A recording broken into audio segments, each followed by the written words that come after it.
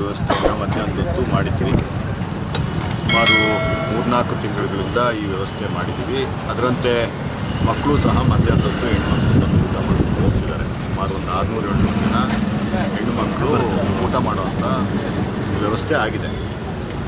ಈಗ ಮೊನ್ನೆ ಒಂದು 15 ದಿವಸ 1 ತಿಂಗಳ ಕಾಲ ಎಕ್ಸಾಮ್ ನಡೀತಾ ಇದ್ದರಿಂದ ಸಿಬ್ಬಂದಿ ವರ್ಗದವರು ಮತ್ತು ಮಕ್ಕಳು ಸಹ ಈ ಸಮಯದಲ್ಲಿ ಏನು ಊಟ ಬೇಕಾಗಲ್ಲ ಅಂತ ಹೇಳಿದರು. ಯಾಕಂತಂದರೆ ಮಧ್ಯಾಹ್ನದಷ್ಟೊತ್ತಿಗೆಲ್ಲ ಎಕ್ಸಾಮ್ಸ್ ಎಲ್ಲ ಮುಗಿದೋಗಿ ಅವ್ರು ಹೊರಟೋಗ್ತಾಯಿದ್ರು, ಬೇಗ ಮನೆಗೆ ತಲುಪ್ತಾಯಿದ್ರು. ಅದಕ್ಕೋಸ್ಕರ ಊಟ ಕೊಡುವಂಥ ವ್ಯವಸ್ಥೆಯನ್ನು ತಾತ್ಕಾಲಿಕವಾಗಿ ನಿಲ್ಲಿಸಿದ್ವಿ. ಮತ್ತು ನಿನ್ನೆಯಿಂದ ಮತ್ತೆ ಊಟ ಕೊಡೋ ವ್ಯವಸ್ಥೆಯನ್ನು ಪ್ರಾರಂಭ ಮಾಡಿದ್ವಿ. ಈಗಾಗಲೇ ಮಕ್ಕಳು ಊಟ ಮಾಡ್ತಿದ್ದಾರೆ, ಸಂತೋಷದ ವಿಷಯ. ಇವನ್ ಸಿಬ್ಬಂದಿ ವರ್ಗ ಕೂಡ ಇದಕ್ಕೆ ಸಹಕಾರ ಕೊಡ್ತಿದ್ದಾರೆ. ಅವರಿಗೂ ನನ್ನ ಹೃತ್ಪೂರ್ವಕವಾದಂಥ ಧನ್ಯವಾದಗಳು.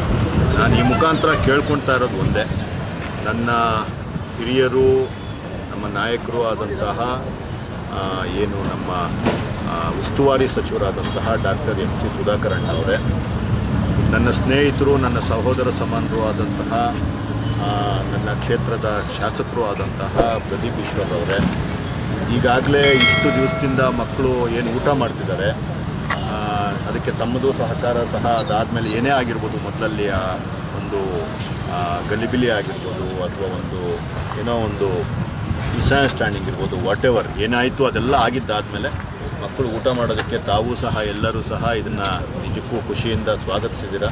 ನನಗೂ ಪರ್ಸ್ನಲ್ಲಾಗಿ ಸಿಕ್ಕಿದಾಗ ತಾವು ಇದನ್ನು ಅಭಿನಂದಿಸಿದ್ದೀರ. ಏನಾಯಿತು ಏನಿಲ್ಲ ಅನ್ನೋದಕ್ಕಿಂತ ಈಗ ನಾನು ನಿಮ್ಮನ್ನು ಕೇಳ್ಕೊಳ್ತಾ ಇರೋದು, ಸರ್ಕಾರ ತಾವು ಈಗ ನೋಡಿ, ಈಗ ಆಲ್ರೆಡಿ ನಾವು ಈಗ ಪರ್ಮಿಷನ್ಗೋಸ್ಕರ ಒಂದು ಅಪ್ಲಿಕೇಶನ್ ಅಂತ ಕೊಟ್ಟಿದ್ವಿ. ಅದರದ್ದು ಪ್ರೋಸೆಸ್ ಏನೇನಾಗಿದೆ ಇನ್ನೊಂದು ಅಂತ ನಮಗೇನು ಒಂದು ಅಪ್ಡೇಟ್ಸ್ ಇಲ್ಲ. ದಯವಿಟ್ಟು ಮಕ್ಕಳು ನೋಡಿ, ಇಲ್ಲಿ ಬಿಸಿಲಲ್ಲಿ ನಿಂತ್ಕೊಂಡು ಸುಡು ಬಿಸಿಲು, ಇಷ್ಟು ದಿವಸ ಏನೋ ಚಳಿಗಾಲ ಇತ್ತು ಮುಗಿದೋಯ್ತು, ಈಗ ಸಮ್ಮರ್ ಸ್ಟಾರ್ಟ್ ಆಗಿದೆ. ಈಗಾಗಲೇ ಎಲ್ಲರಿಗೂ ಗೊತ್ತಿರೋ ಹಾಗೆ ಒಂದು ವಾರದಿಂದ ಬಿಸಿಲಿನ ತಾಪ ಸಿಕ್ಕಾಪಟ್ಟೆ ಜಾಸ್ತಿ ಆಗಿಬಿಟ್ಟಿದೆ. ದಯವಿಟ್ಟು ಎಲ್ಲರೂ ಸೇರಿ ಇದಕ್ಕೊಂದು ಪರ್ಮಿಷನ್ ಕೊಡುವಂತಹ ವ್ಯವಸ್ಥೆಯನ್ನು ನನ್ನ ಉಸ್ತುವಾರಿ ಸಚಿವರು ಮತ್ತು ನನ್ನ ಶಾಸಕರು ಮಾಡಿಕೊಡ್ಬೇಕು ಅಂತ ನಿಮ್ಮ ಮುಖಾಂತರ ಇವತ್ತು ಸವಿನಯವಾಗಿ ಪ್ರಾರ್ಥನೆ ಮಾಡ್ತಾಯಿದ್ದೀನಿ. ಹೆಣ್ಣು ಮಕ್ಕಳಿಗೆ ನಾವೆಲ್ಲರೂ ಸೇರಿ ಒಂದು ಉತ್ತಮವಾದಂಥ ಒಂದು ವಾತಾವರಣದಲ್ಲಿ ಊಟ ಕೊಡುವಂಥ ವ್ಯವಸ್ಥೆಯನ್ನು ಮಾಡ್ತೀವಿ. ಒಂದು ಆರೋಗ್ಯಯುತವಾದಂಥ ಒಂದು ಊಟವನ್ನು ಕೊಡುವಂಥ ವ್ಯವಸ್ಥೆ ಮಾಡ್ತೀವಿ. ನೀವು ದಯವಿಟ್ಟು ಪರ್ಮಿಷನ್ ಕೊಡಿ. ಒಳಗಡೆ ಊಟ ಕೊಡೋದಕ್ಕೆ, ಒಳಗಡೆ ಊಟ ರೆಡಿ ಮಾಡೋದಕ್ಕೆಲ್ಲ ಜಾಗ ಎಲ್ಲ ಇದೆ. ಅದಕ್ಕೆ ಏನೇನು ಬೇಕೋ ವ್ಯವಸ್ಥೆಗಳನ್ನು ನಾವು ಮಾಡ್ಕೊಂಡಿದ್ದೀವಿ. ದಯವಿಟ್ಟು ಒಳಗಡೆ ಊಟ ಕೊಡೋದಕ್ಕೆ ನಮ್ಗೆ ಅವಕಾಶ ಮಾಡಿಕೊಡಿ ಅಂತ ನಾನು ವಿನಯಪೂರ್ವಕವಾಗಿ ತಮ್ಮನ್ನು ಕೇಳ್ಕೊಳ್ತೇನೆ. ಇಲ್ಲ, ಈಗಾಗಲೇ ನಾವು ಅದನ್ನು ಏನು ಮಾಡಬೇಕು, ಅದು ಎಜುಕೇಷನ್ ಡಿಪಾರ್ಟ್ಮೆಂಟಲ್ಲಿ ಬೆಂಗಳೂರಲ್ಲಿ ನಮಗೆ ಅಪ್ಲಿಕೇಶನ್ ಕೊಡೋಕ್ಕೆ ಹೇಳಿದರು. ಅದನ್ನು ಕೊಟ್ಟು ಆಯಿತು. ಅದು ಪ್ರೋಸೆಸ್ ಸಹ ಆಗಿದೆ ಅಂತ ಕೇಳ್ಪಟ್ವಿ. ಬಟ್ ಅದು ಎಲ್ಲಿಗೆ ಬಂದಿದೆ, ನಮ್ಮ ಕಡೆಯಿಂದ ಏನಾದರೂ ಕಾಂಪ್ರಹೆನ್ಸಸ್ ಮಾಡಬೇಕಾ, ಏನಾದರೂ ಹೇಳಿದ್ರೆ ಅದನ್ನು ನಡ್ಕೊಳ್ತೀವಿ ನಾವು. ನಮಗೇನು ಅಪ್ಡೇಟ್ಸ್ ಇಲ್ಲ. ಮತ್ತು ಎಲ್ಲದಕ್ಕಿಂತ ಹೆಚ್ಚಾಗಿ ಇದು ತುಂಬ ಎಸೆನ್ಷಿಯಲ್, ತುಂಬ ಬೇಕಾಗಿರುವಂಥ ಕೆಲಸ. ಎಲ್ಲದನ್ನು ಬದಿಗೊಟ್ಟು ಮಕ್ಕಳು ಒಳಗಡೆ ನೆಮ್ಮದಿಯಾಗಿ ಊಟ ಮಾಡುವಂತಹ ವ್ಯವಸ್ಥೆಯನ್ನು ನಮ್ಮ ಸರ್ಕಾರದ ನಾಯಕರು ಏನಿದ್ದಾರೆ, ಜನಪ್ರತಿನಿಧಿಗಳು ಮಾಡಿಕೊಡ್ಬೇಕು, ಮಾನವೀಯತೆ ಮೆರಿಬೇಕು ಅಂತ ಹೇಳ್ಬಿಟ್ಟು ಈ ಮುಖಾಂತರ ಕೇಳ್ಕೊಳ್ತೇವೆ. ಸರ್, ಈಗಾಗಲೇ ನಾವು ಬೇರು ಮಟ್ಟದಲ್ಲಿ ಕೆಲಸ ಮಾಡುವಂಥ ವಿವಿಧ ರೂಪುರೇಷೆಗಳನ್ನು ನಾವು ಮಾಡ್ಕೊಂಡಿದ್ದೀವಿ. ನನ್ನ ಇದೇನು ಕಮಿಟಿ ಇದೆ, BJP ಕಮಿಟಿ ಇಡೀ ಜಿಲ್ಲೆಯಲ್ಲಿ ಆ್ಯಕ್ಟಿವ್ ಇದೆ. ಸುಮಾರು 90% ಪದಾಧಿಕಾರಿಗಳು ಈಗಾಗಲೇ ನೇಮಕಗೊಂಡಿದ್ದಾರೆ. ಒಂದಷ್ಟು ಸಣ್ಣ ಬದಲಾವಣೆಗಳಾಗ್ಬೋದು ಬಿಟ್ಟರೆ ಮಿಕ್ಕಿದ ಉಳಿದ ಎಲ್ಲ ಪದಾಧಿಕಾರಿಗಳು ಹಂಗೆ ಮುಂದುವರಿಯುವಂತಹ ಸಾಧ್ಯತೆಗಳು ಹೆಚ್ಚಿದೆ.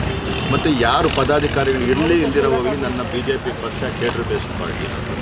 ಸೊ ಪ್ರತಿಯೊಬ್ಬರೂ ಸಹ ಯಾವುದೇ ಪದವಿ ಇಲ್ದಿರೋವಾಗಲಿ ಕೆಲಸ ಮಾಡುವಂತಹ ಮನಸ್ಥೈರ್ಯ, ಮನಸ್ಥಿತಿ ಇರೋವಂಥವ್ರು. ನಾವೀಗಾಗಲೇ ಪ್ರತಿ ಬೂತ್ ಮಟ್ಟದಲ್ಲಿ ಕೆಲಸ ಮಾಡೋದಕ್ಕೆ ಏನೇನು ಬೇಕೋ ರೂಪುರೇಷೆಗಳನ್ನೆಲ್ಲ ಮಾಡ್ಕೊಳ್ತಾ ಇದ್ದೀವಿ. ಅದರಂತೆ ಕೆಲಸ ಮಾಡ್ತೀವಿ. ZP ಮತ್ತು TPS ಮಾತ್ರ ಅಲ್ಲ, ಮುಂದಿನ ಎಲ್ಲ ಚುನಾವಣೆಗಳಲ್ಲೂ BJP ಪಕ್ಷ ಮುಂದೆ ನಂಗೆ ಅವ್ರು ಯಾರು ಅಂತ ಗೊತ್ತಿಲ್ಲ. ಅವ್ರ ಬಗ್ಗೆ ನನಗೆ ನಿಜಕ್ಕೂ ಒಂದು ಸಿಂಪತಿ ಇದೆ. ಯಾಕಂತಂದರೆ ಅವರು ನಮ್ಮ ಪಕ್ಷದವರು ಅಲ್ಲ. ನಾನು ಆಮೇಲೆ ವಿಚಾರ ಮಾಡಿದೆ ಯಾರು ಏನೋ ದೊಡ್ಡವರು ಇರ್ಬೋದು ಅಂತ. ಅವರೆಷ್ಟು ದೊಡ್ಡವರು ಏನು ಅಂತ ಗೊತ್ತಿಲ್ಲ, ಬಟ್ ನನ್ನ ಪಾರ್ಟಿನಲ್ಲಿ ಅವ್ರು ಏನೂ ಅಲ್ಲ. ಅವರು ಮಾತಾಡಿದ ರೀತಿ ಮತ್ತು ನನ್ನ ಪಕ್ಷದ ಅಧ್ಯಕ್ಷರು ಯಾರು ಅನ್ನೋದು ಕೂಡ ಅವ್ರ ಪಾಪ ಗೊತ್ತಿಲ್ಲ. ಯತೀಂದ್ರ ಅವರು ಅಥವಾ ವಿಜಯೇಂದ್ರ ಅವರು ಅಂತೂ ಸಹ ಮಾತಾಡ್ತಾ ಇರೋವಂಥದ್ದು ನಾನು ನೋಡಿದೆ.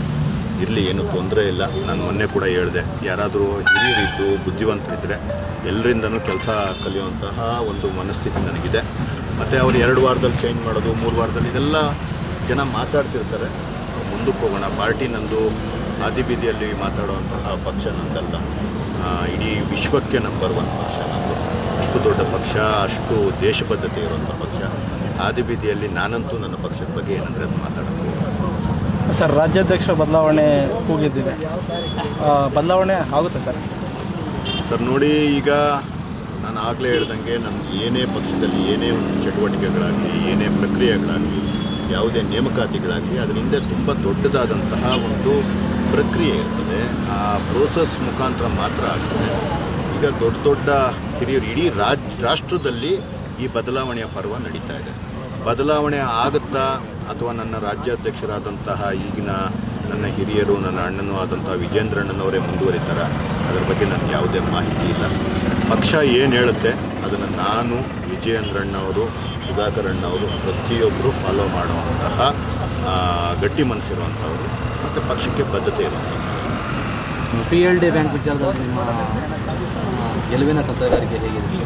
ನೋಡಿ ಸರ್, ಈಗ PLD ಬ್ಯಾಂಕ್ ವಿಚಾರಕ್ಕೆ ಬಂದರೆ ನಾನು ಈಗ ತಾನೇ ಜಿಲ್ಲಾಧ್ಯಕ್ಷ ಪದವಿಗೆ ಬಂದಾಗಿದ್ದ ನನ್ನ ಹಿರಿಯರಾದ ನನ್ನ ಸಂಸದರಾದ ಸುಧಾಕರ್ ಅವರು ಏನು ಡಿಸಿಷನ್ಸ್ ತಗೊತಾರೆ, ಆ ಡಿಸಿಷನ್ನು, ಆ ನಿರ್ಧಾರದ ಜೊತೆ ನಾವೆಲ್ಲ ನಿಂತಿದ್ದೀವಿ.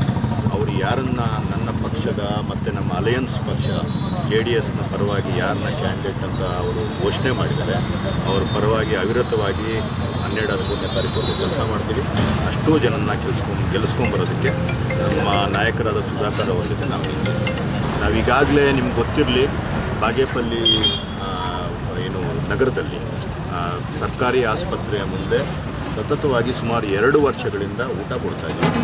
ಎಲೆಮರೆ ಕಾಯಿ ಥರ ನಾವು ಕೆಲಸ ಮಾಡ್ಕೊಂಡು ಬರ್ತಿದ್ದೀವಿ. ಇಲ್ಲೂ ಸಹ ಬೇರೆ ಬೇರೆ ಗೊಂದಲಗಳಾಗಿರೋದಕ್ಕೋಸ್ಕರ ಮಾತ್ರ ಇದು ಬೆಳಕಿಗೆ ಬಂದು ಬಿಟ್ಟರೆ, ಇಲ್ಲೂ ಸಹ ನಾವು ಯಾವತ್ತೂ ಇಲ್ಲಿ ಬಂದು ತೊಂದರೆ ಕೊಡಬೇಕು, ನಾವೇನೋ ಪ್ರಚಾರ ತೊಗೊಬೇಕು, ಇದರಿಂದ ನಾವು ರಾಜಕೀಯ ಬೆಳೆ ಬೇಯಿಸ್ಕೊಬೇಕು ಅನ್ನೋ ನಮಗೊಂದು ಒಂದು ಚೂರು ಕಿಂಚಿತ್ತು ಕೂಡ ಇಲ್ಲ. ಈಗ ನಾನು ಹೇಳ್ದಂಗೆ ಬಾಗೇಪಲ್ಲಿನಲ್ಲಿ ನಾವು ಸತತವಾಗಿ ಕೊಡ್ತಾಯಿದ್ದೀವಿ. ಬಾಗೇಪಲ್ಲಿಯಲ್ಲಿ ನಾವೇನು ರಾಜಕೀಯ ಮಾಡೋಕ್ಕೆ ಹೋಗಿಲ್ಲ. ಮೊನ್ನೆ ಎಲೆಕ್ಷನ್ ಕೂಡ ಆಯಿತು. ಆವತ್ತೂ ಸಹ ನಾನು ಎಲ್ಲೂ ಬಾಯ್ಬಿಟ್ಟು ಕೂಡ ಹೇಳಿಲ್ಲ, ಈ ರೀತಿ ನಾವು ಊಟ ಕೊಡ್ತಾ ಇದೀವಪ್ಪ, ನೀವು ನಮ್ಗೆ ಓಟ್ ಕೊಡಿ ನಮ್ಮ ಪಕ್ಷಕ್ಕೆ ಅಂತ ಎಲ್ಲೂ ಹೇಳಿಲ್ಲ. ಅದನ್ನು ಇದನ್ನು ನಾನು ಮಿಕ್ಸ್ ಮಾಡೋ